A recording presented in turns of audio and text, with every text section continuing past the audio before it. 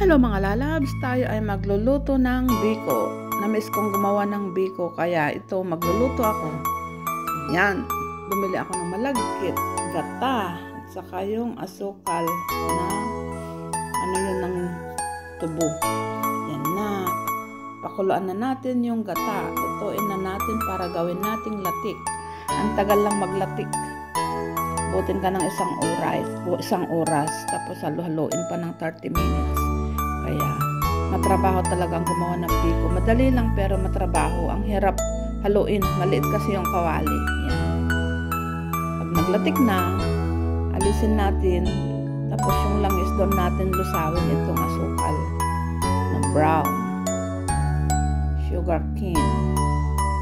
Siya, malapit na. Pero ang tagal kaya niyan, isang oras. Kasi hindi ko naman nilakasan ng apoy, medyo low fire lang kasi masusunog naman bigla pag nilakasan agad ng apoy. Yung medium heat lang yung apoy, medium yung fire. Siya, ang sarap ng luto kong biko, specialty ko. Biko, masarap ikape, all time favorite. Kinain namin nung kailan ko ba ito binao?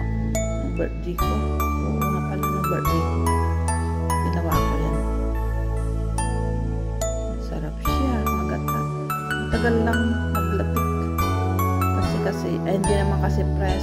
May tindang buko dito, kaso yung nyug. Kaso wala namang pang kayod. Kaya nakalata na lang. Instant coconut milk. Yan na yun. Kung nakakarton, yun yung creamy. At saka matubig yung nakabattle.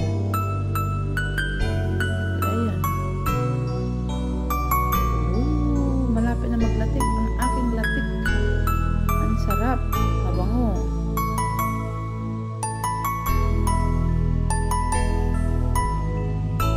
Yan na siya mga lalabs, malapit na. Tayo ay maggagawa ng biko. Mabango yan. Nung bata ako, naalala ko kahit yan na lang ulam ko noon eh. Ang sarap, yung langis ng nyug. Ang dami na Janjaran, sarap-sarap ng latik. Matrabaho lang. Sakala ako nakagawa ng wala amo ko. Ang tagal kasi. May isang oras pag magluto ka ng biko. Kung gusto mong gawing latik, yung nyug, maglangis muna siya. Mas masarap naman kasi kung naglangis yung gata. Kung hindi naglangis, hindi gaano masarap. Pero po, masarap na rin. Pero kung gusto mong kumain ng masarap, magtiyaga ka. Yan na, tinabi ko na, tapos naiwan yung langis. Diyan ko lulusawin yung asukal na yung brown. Yan yung stick. Sugar cane. Diyan ko lulusawin. Magiging caramelize. Saka ihalo yung malagkit at haluin na naman. Ganun. Naantok tuloy ako. Yan na siya.